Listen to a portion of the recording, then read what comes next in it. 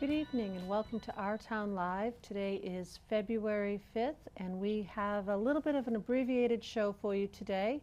We do hope our guests who are unable to join us are recovering and feeling better. We wish them well.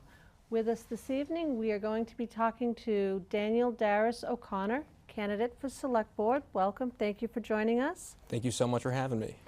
All right, let's just jump right in and get into the frying pan. Let's do it. As an 18-year-old young man, what qualifications do you bring if fortunate enough to serve on Billerica's Select Board? Okay, so over the past few years, I have been increasing my civic involvement both in our town and in our state. My civic involvement started at the state level in the areas of voting rights and voter advocacy. A couple of years ago, I started an initiative petition to put same-day voter registration on the ballot.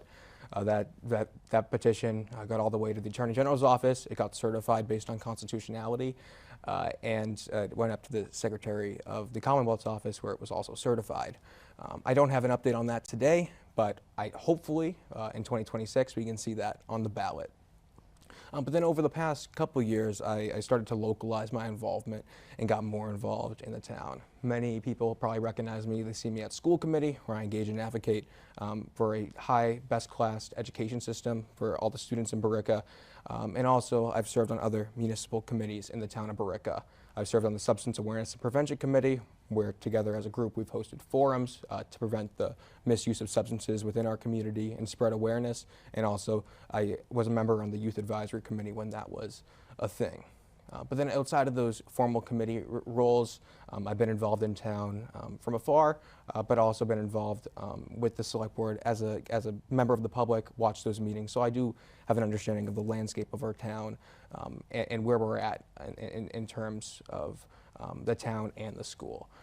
And then also, some people who follow town meeting or town meeting members might know me based on my petitioner's article at the last spring town meeting, where I presented a charter amendment. So I know how to write, author, submit, and present warrant articles for town meeting. So I do have, I guess I'd say, a very broad understanding, but also specifics understanding of how our town works. And I think it's definitely enough to be a very effective Select Board member. Fantastic. That's more experience than many of our everyday citizens. So thank you very much for being involved. Thank you. Why don't you tell me what the primary duties of the Select Board are? Many people get them confused. They definitely do, and I think it's something that a lot of people should know about. So we learned in civics class there's three branches of government. There's the executive branch, the legislative branch, and the judicial branch. Town meeting, which many residents get involved with, that I highly encourage more residents to get involved with, is our legislative branch. They vote on the budgets, they vote on the bylaws, they pass the laws. The Select Board is the executive branch of our town. It's not necessarily day-to-day operations, but it's the executive branch of Billerica. It doesn't vote on the laws, but it essentially makes sure the town's up and running. So Select Board members serve as road commissioners. They hire a town manager to do the day-to-day operations and can issue policy directives to the town manager. And then they also have a very important role in making sure our town is focused on moving forward in the right direction. Okay. How can the Select Board advocate to improve the voter turnout at local elections? That's a great question, because we see in our local town elections turnout is extremely low. It's usually under 20%, sometimes it's under even 10%. And that's just not good. And we do see in other municipalities throughout the state, it has a lower turnout than these big national elections and state elections. But I just looked, Belmont had over 50% local turnout. So there's definitely a lot more that we can do. I think first we can start when you make sure voting is actually accessible to all the residents. Some residents are older, have more trouble getting around. Some residents have physical disabilities, and mail-in voting is a great option. Unfortunately, the current Select Board did vote to opt out of that for local elections. I strongly oppose that action, because I know that opportunity allows thousands of residents to vote, and that was unfortunately taken away. But I hope we can get that back, and as a Select Board member, I will never vote to opt out of mail-in voting. How can your candidacy influence your generation to get active and take civic responsibilities? Yeah, I think it goes beyond just my generation. I think we see the current select board. It's a very specific demographic, but our town is made up of people of all ages, of all backgrounds, of all incomes. We're a very diverse community. And I think more people need to get involved. And a lot of times the one thing that's preventing people from getting involved is just doing it, pulling those papers for town meetings, showing up to a public meeting. Because all these select board meetings, they're public meetings, anyone can show up to them. But a lot of people don't know that. So I think awareness and education is a big part of it. And that doesn't mean formal education, that just means getting the word out. I think that's a big part of it, but I think once one person or two people step up, more people will also step up and get more involved, because these elections is not about one person, it's about the community as a whole, moving our community. About the direction. Direction, 100%, the vision, the direction of our community, of our town, and where we want to be not today, but 5, 10, 15 years from now. What would you assign as the top 3 priorities for the town under the select board's purview? Okay, yeah, I think the first one, if I was elected to the select board, the first responsibility is bringing the focus back to the issues, end the political bickering, end the fighting, focus on the residents. There's been too much unprofessionalism on the board. There's been members swearing at each other, and that part needs to, and we need decorum to get stuff done. So we need to start with bringing professionalism back to the board. A second issue is taxes. We've seen over this past year, taxes have increased at a significantly high rate, and a lot of people will say there's not that much to show for it. I mean, and then I would also say another issue that kind of goes in with the taxes is our roads are still below par, and the same thing, a lot of residents turn on their faucets and occasionally have brown water, foul-smelling water, and water that just does not look appealing. And so we're paying the higher taxes, but it doesn't look like we're actually getting what we're paying for. So I think those are some issues that the select board can have a very, very substantial role in actually addressing that they currently aren't doing enough to do. All right, we're going to go to a buzzword, transparency. Okay. We have heard you speak about transparency, and it's more than a buzzword for you. Why is this so important, and why are we currently lacking it? So we're currently lacking transparency for a number of reasons. Some of it is malicious, some of it is just, I guess the best word to say, a little bit of laziness, not doing the work to get people to know what's going on. Other, it could be people don't want people to see what's going on, which is a little more concerning, because it's a lot easier to get the word out than to try to get it so people aren't maliciously preventing people from knowing what's going on. How are we getting the word out? How are we getting the word out? It starts small. It starts with just meeting updates on social media. But I think it goes into a big picture of transparency and good governance, making sure that people know what's going on, but also incorporating the people in the process of decision making.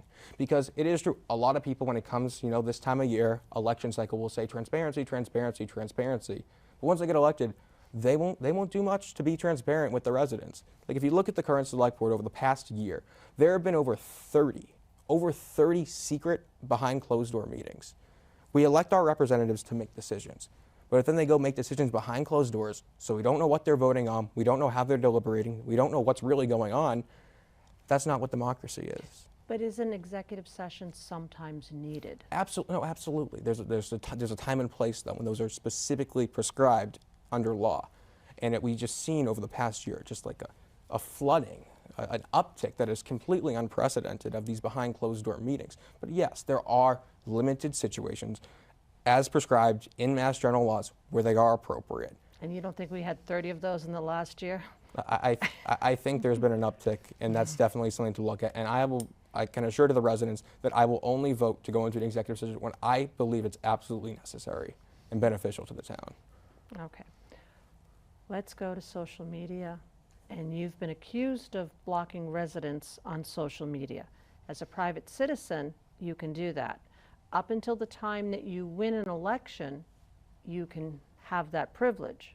Once you are an elected official, the rules change. There are some small windows that you could block somebody with the Supreme Court ruling from March of 2024. Have you blocked people? I have not blocked anyone.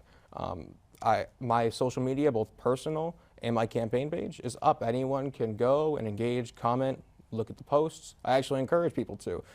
On Facebook, I'm Daniel Darris-O'Connor for select boards, but I have heard over the past, I guess, couple of weeks, couple of days, people have been saying that, and a few people who have been saying that actually had me blocked. so they can't see my posts, but anyone is open to look at my posts, comment on them, and I'm more than willing to engage in thoughtful discussion. If people want to be, I guess, controversial and are trying to get something out of me, I'm probably just going to ignore it, but if people are trying to get stuff out of me, the comments boost the posts up. So go ahead, I might not respond to it, but if you are trying to have a sensible conversation, 100% I'm open for it. I'm free, you can send me an email, give me a call, happy to talk with anyone. All right, we're going to go back to taxes for a minute. Taxes are an issue in this town and in every town.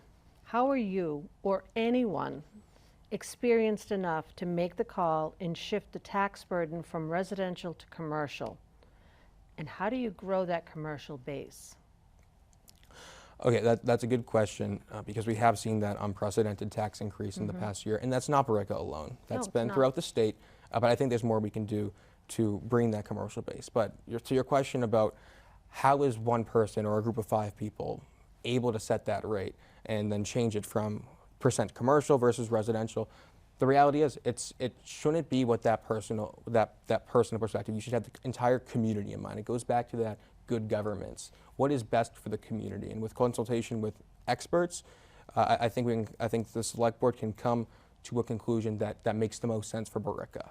It doesn't necessarily mean people's taxes will go down, but it means that we can build up that commercial tax base so it will reduce that residential burden. And the way we do that is by making it sure that people know that Billerica is open for business. We've seen over the past really 3-4 years, dozens of businesses in Billerica have closed their doors, a lot of small local businesses. We need to incentivize local businesses to come back to Billerica. If any one of us, we drive down Boston Road, every really few hundred feet, quarter mile, we'll see another property, whether it's a vacant lot or an old rundown building just sitting there, empty. And a lot of these buildings may appear as eyesores, but some of them have great potential, historic buildings that can be improved, and we need to incentivize property owners and businesses to fix up these already existing buildings to bring businesses back to Billerica. It not only provides services, whether it's a restaurant, a store, to the residents of Billerica, but it also increases the value of those commercial properties, which pay a higher rate than the residential rate, which then in returns will reduce the residential tax burden. Is some of it part of the state's tax evaluation? Property values are going up. It's not that the taxes are, it's your property is valued at more. Could that be a problem? Are we overvaluing properties? So the way the tax rates work, so what you're saying is that the rate is staying relatively the same, but people's property values are going up. So the tax rate is relatively similar year by year. Some years it has gone down, but people's bills are going up. They're still paying more in taxes. And for a lot of people, many older people who are living on fixed incomes, it really doesn't mean too much to them. They're not planning on selling their house anytime soon. They're planning to stay in Billerica, and I want people to be able to afford to stay to live in Billerica throughout retirement if they so choose. So that's part of it, but the reality is it's a revenue issue, so you need to tax the same amount of revenue coming in regardless of the property values. So that argument, I think, is a little bit weak, that it's just the property values going up and no one should be worried, because it is a big concern to many residents. All right, fantastic. We're going to take a quick break and we will be back, and we're going to jump right into the budget when we come back. Stay tuned. Thank you and welcome back. We are going to jump right back in with Daniel on the budget. We are currently halfway through the FY25 budget. Have you reviewed the budget? I'm sure you have. And are there cost savings to be explored? So yes, I would call myself a little government nerd. So I do read the budget book. I get to an hours in that. And what was the question part of it? Sorry. Are there any cost savings to be explored? Yeah, there's always cost savings. I think a lot of people think that I'm somehow for high taxes, high spending. It's completely not true. I'm always looking for ways to save money because it allows us to do more with less resources. So I do think on a lot of issues we can actually become more efficient, take a look at it from a bigger picture. What are some things that we can do in the moment and also down the road to lower the costs long term? Does anything come to mind that you've noticed that, oh, this is something I'd like to implement, or I think this is a place we could have cost savings? Cost savings? I think one of the biggest concerns is that a lot of times people say no to decisions in the moment that will save us money longer term, because we can't just think in the moment. We have to think over the next 5, 10, 15, 20 years. So there are some projects in town, whether it's a road work projects or capital facilities projects, that are wise to do, that might cost a little money now, but over the long term will save taxpayers tens of thousands, hundreds of thousands, millions of dollars. Okay. Is there a place in the budget that is underfunded and could utilize the additional funds since we are under the levy limit? We are under the levy limit, and I think we should focus on getting back. But we haven't shrunk it though. So I think we need to make sure we're building up that levy limit to put us in a better financial situation. But I do think an issue in town that we could invest more locally on is public safety. That includes pedestrian safety. That includes making sure our roads are safer and they're better to drive on. Because face it, everyone who drives in town, our roads aren't great. We need to make those better, and we need to make it safer. That includes crosswalks, that includes sidewalks where appropriate. If you just look at Boston Road, you can walk down it. It's just it's patchwork. I think there's money we can spend locally. It doesn't have to be a lot of money, but to invest in public safety, because we see car accidents, we see people getting hit by cars in our town, and it's a big concern. It's a safety concern, and it's something we have to address. What is something that we haven't talked about yet that we want to focus on from a budgetary point of view? Is there something that we should be spending more on? Road safety was one of them. What is something else we should be spending money on in your opinion? Yeah. I definitely want to take a look at reconsidering our debt policy in Billerica. So a few years ago, there was a debt policy created, but the projection of that didn't actually follow the policy. Some projects that were proposed weren't actually brought to fruition. So I think we need to take another look at that and making sure we're actually doing long term. But there's the roads, there is water. We need to make sure that the residents aren't just told that the water isn't an issue and that we're actually addressing that adequately and providing the funding. We need to make sure that our schools, we have a best-in-class school system. We need to make sure that our COA, our Council on Aging, is able to provide those services, because the senior population, people age 65 plus, is one of the most growing, largest demographics in Billerica. And there has been instances where they have not been able to fulfill the amount of services that is requested just because they don't have the resources to do it. Okay. I'm going to slide into economic development. We talked about it a little bit earlier. What are the town's opportunity to increase economic development, and what opportunities would you like to bring to Billerica? Yeah, so I think the number one opportunity we have is to revitalize Boston Road.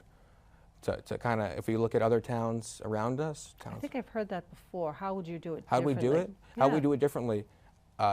Work with all the boards, zoning board specifically, make sure we can come into common ground so we can actually bring something out. I think the main thing we can do to actually bring something to Billerica is focus on providing incentives for properties that are currently there, that are already developed, that are run down, that are vacant, and making sure that there's an incentive for people to come in and fix those up, to build that commercial base, and then bring businesses back into Billerica.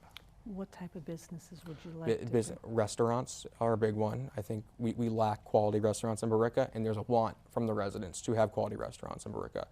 Stores, retail's a big one, bringing people into Billerica and spending money within our community so we don't have to go to Burlington or Nashua to get what we need. Okay. Many people move to Billerica to escape the city, the white picket fence and the large yard. While that may be some people's idea for housing, what are the other possibilities that appeal to the next generation and future generations?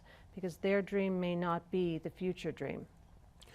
Housing is a significant issue in Billerica for people of all ages. There are some people who own their homes, there are some people who rent their homes, but all of them are residents of Billerica. And we need to make sure that everyone who lives here, who chooses to, is able to stay in Billerica. That includes younger people like myself, that includes older people into retirement. So I think the main focus on housing should be to maintain our 10% affordability requirement so that we can prevent developers from coming into Billerica and bypassing all our zoning laws. And the way we can do that is by working to provide a variety of housing options to the resident, to include lower cost options, to include veteran housing options and senior housing options, which all can have their own benefits and all can work in a way that is beneficial to our town and not just a burden on the town. Having these developments would overwhelm a single neighborhood. How would you handle something like that? No. This is about preventing the overwhelming. We have 40Bs that a lot of residents are against. Preventing that and promoting sensible growth that the vast majority of the community can agree is necessary. Necessary not only to provide the needed housing, but also to maintain that 10%. It doesn't mean plopping a 500 unit unit apartment building on one small section of land. So you'd be dispersing it throughout the town in this vision? Absolutely. Okay. We haven't talked about open space or green space. I know you have thoughts on those. I do, and this is very specific to the Select Board because there's a lot of property owned by the town of Billerica that would be great to be preserved as green space and open space. And then there's also a lot of properties that are currently used, for example, in North Billerica, where the current DPW is, that are currently in use but will not be needed in a few years from now. And conservation is a main thing that we can do with these lands. Cider Mill is another land that the town owns that currently there's really no plan for it. So I think we need to take a look at all the properties, all the parcels owned by the town of Billerica, look at our land use needs in the town, and then make a plan on what properties can be used properly and what properties can be conserved appropriately. What do you feel about the walkability, the bikeability, the safety ability of the Billerica? Well, the reality is you need a car to get around Billerica. We're really 26 miles. Yes, but I think there's improvements we can make to make Billerica more walkable. There's been efforts in the past to revitalize it downtown. I think there's ways to still do that in a way that is accepted by the residents. And the bike path is something that we've heard for years now, and hopefully we can bring focus back to that and getting what's necessary to bring that to. Because yeah, people want to be able to run in town, ride their bikes, take a walk, but it's just not safe. And it comes back to the public safety aspect of things. A lot of people don't have sidewalks in their neighborhoods. So creating a plan to focus the priorities on roads that are well-traveled so people can travel them safely. What do you see as a vision for Billerica 10 years from now, 15 years from now?